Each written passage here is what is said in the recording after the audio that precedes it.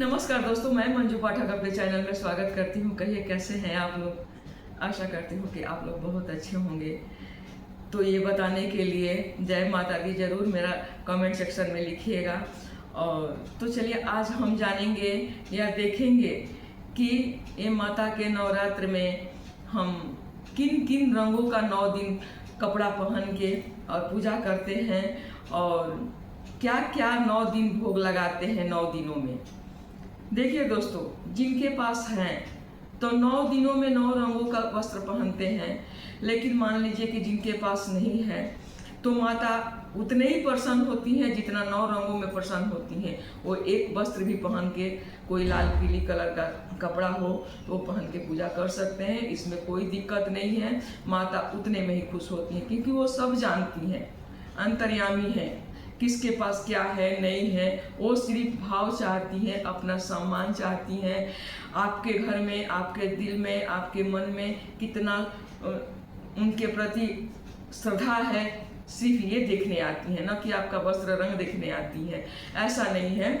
लेकिन हाँ, ये भी नहीं है कि जिनके पास हैं तो अपना ऐसा न पहने, अपना अच्छा से ना रहें, ये भी ठीक बात नहीं है। तो चलिए आज हम इसी पर एक वीडियो बनाए हैं कि इस माता के नवरात्र में पहला दिन क्या पहने। तो पहला दिन शैलपुत्री माता होती हैं। तो देखिए शैलपुत्री माता को हम पीले रंगों के साड़ी में पहन के उस दिन पहला दिन पूजा करते हैं। और भोग में हम क्या लगाते हैं तो घी का भोग लगाते हैं। घी का सिर्फ भोग नहीं, घी का तो उसमें सिर्फ रख देते हैं। माता घी बहुत ज़्यादा पसंद करती हैं, पीती हैं, लेकिन उसके साथ हम कुछ मिठाई भी रख देते हैं, कुछ फल भी रख देते हैं। ऐसा नहीं है खाली घी नहीं रखते हैं। और घी खाली रखिए तो 5 सुपारी ऐसे सारे भोगों के साथ जो भी भोग चढ़ाइए उनमें 5 सुपारी हुआ, लौंग इलायची हुआ, ये सब चीज़ उनके साथ रख के ही भोग लगाइएगा। तो माँ शैलपुत्री ये पीले रंगों के साड़ी पहन के पहला दिन आप उनका पूजा कीजिए। तो ये हो गया पहला दिन का शैलपुत्री माता का पूजा। ऐसे पीले कलर का साड़ी में पहन के कीजिएगा। भोग में आप क्या लगाइएगा तो घी का सिर्फ भोग लगाइएगा और उसमें कुछ लौंग इलायची, 5 सुपारी, ये सब चीज़ रख के आप उनको पहला दिन ये पीले कलर के साड़ी पहनिए। दूसरा दिन माता ये है हरे रंगों की साड़ी पहनती है। माँ किसका है? ब्रह्मचारिणी माता है। जो पता नहीं कैमरा में दिख रहा है कि नहीं दिख रहा, देखिए ब्रह्मचारी, ये हरा रंग है दोस्तों, लेकिन कैमरा में शायद बहुत हरा नहीं दिख रहा, काई डीप बोतल ग्रीन दिख रहा है। जो भी हो, मैंने हरे रंगों का ये साड़ी पहन के दूसरा दिन आप माता का पूजा कीजिएगा। ब्रह्मचारिणी है, उनको मिश्री का भोग लगाइएगा। माँ को दूसरा दिन हरे रंगों के साड़ी पहन के मिश्री के भोग लगाइएगा। उसमें भी आप 5 सुपारी, लौंग, इलायची दूसरे दिन भी आप रख के तब भोग लगाइएगा। और हर एक दिन थोड़ा कुछ दक्षिणा भी रखते जाइएगा भोग के साथ, कमी बेसी के लिए। तो ये हो गया दूसरा दिन का। तीसरा दिन क्या है तो चंद्रघंटा माता है। ये भूरे रंगों के साड़ी में पहन के इनको पूजा कीजिएगा। देखिए गोल्डन हुआ या फिर भूरे रंगों के साड़ी हुआ। भोग में इनको दूध का भोग लगता है या फिर दूध से बने कोई मिठाई का भी भोग लगता है, कोई दिक्कत नहीं है। दूध भी रख दीजिए और मिठाई आपके पास उपलब्ध है तो वो भी रख दीजिए। तो ये तीसरा दिन माता का गोल्डन कलर का साड़ी चंद्रघंटा, जिन माता का नाम है, तो ये भूरे रंग के साड़ी पहन के उनको चंद्रघंटा का पूजा कीजिए और दूध से बनी मिठाई या दूध का भोग लगाइए। तो ये हो गया तीसरा दिन। अब आइए चौथा दिन ऑरेंज कलर का साड़ी। तो कुष्मांड माता का, ये देखिए दोस्तों, ये मेरे पास ऐसी ऑरेंज कलर का है। आपके पास और कोई ऑरेंज कलर का है तो भी पहन सकते, कोई दिक्कत नहीं है। मेरे पास जो है हम वही दिखा रहे हैं। तो कोई नया साड़ी है, कोई पहले का भी है, सब मिक्स करके हम दिखा रहे हैं। तो ये चौथा दिन कुष्मांड माता का ऑरेंज कलर का साड़ी पहन के आप पूजा कीजिए। भोग में मेवा मिष्ठान चढ़ाइए, मेवा मिश्री जो काजू किशमिश पंचमेवा भी हो आप बोल सकते हैं। तो ये चौथे दिन माता का ये ऑरेंज कलर का साड़ी पहन के कुष्मांड माता का आप पूजा कीजिए। ये हो गया 5वां दिन हो गया। तो 5वां दिन आपको स्कंद माता का ये पूजा होता है।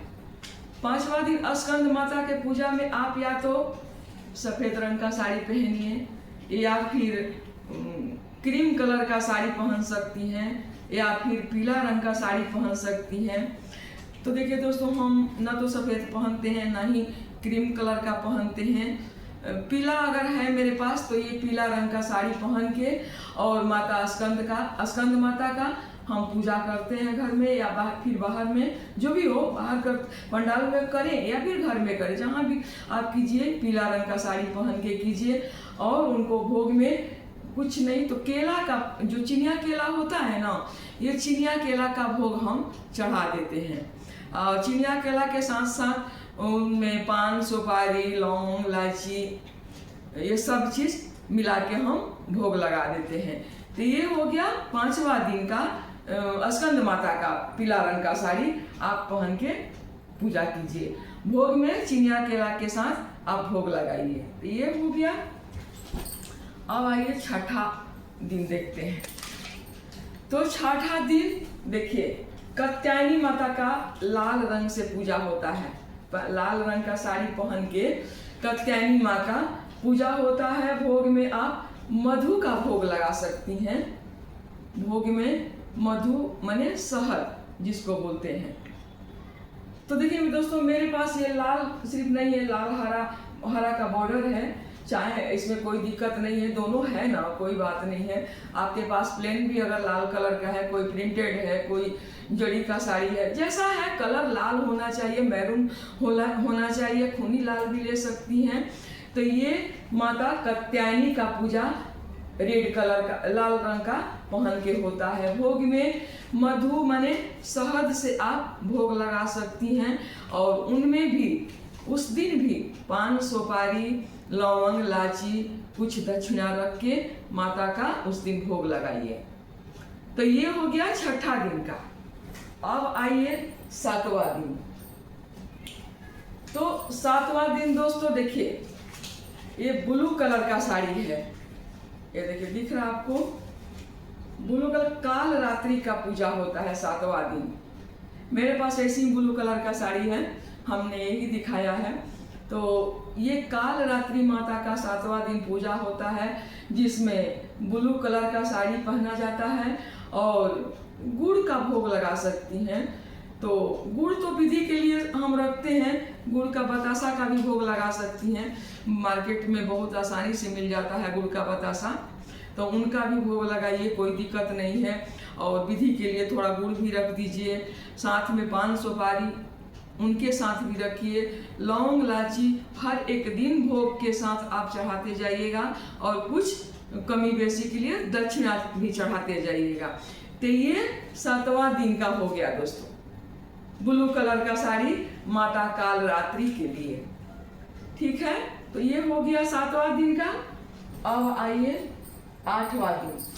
8वां दिन तो माता गौरी का पूजा हम करते हैं।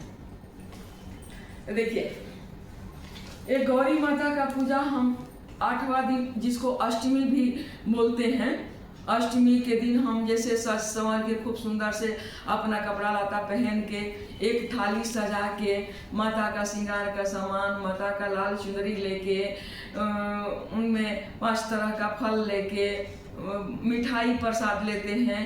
लेकिन ओरिजिनल इनको नारियल का भोग लगता है उस दिन, तो उसमें हम नारियल भी रख देते हैं, लेकिन साथ में सारा फल रख देते हैं, मिठाई रख देते हैं और नारियल भी रख देते हैं, श्रृंगार का सामान रखते हैं।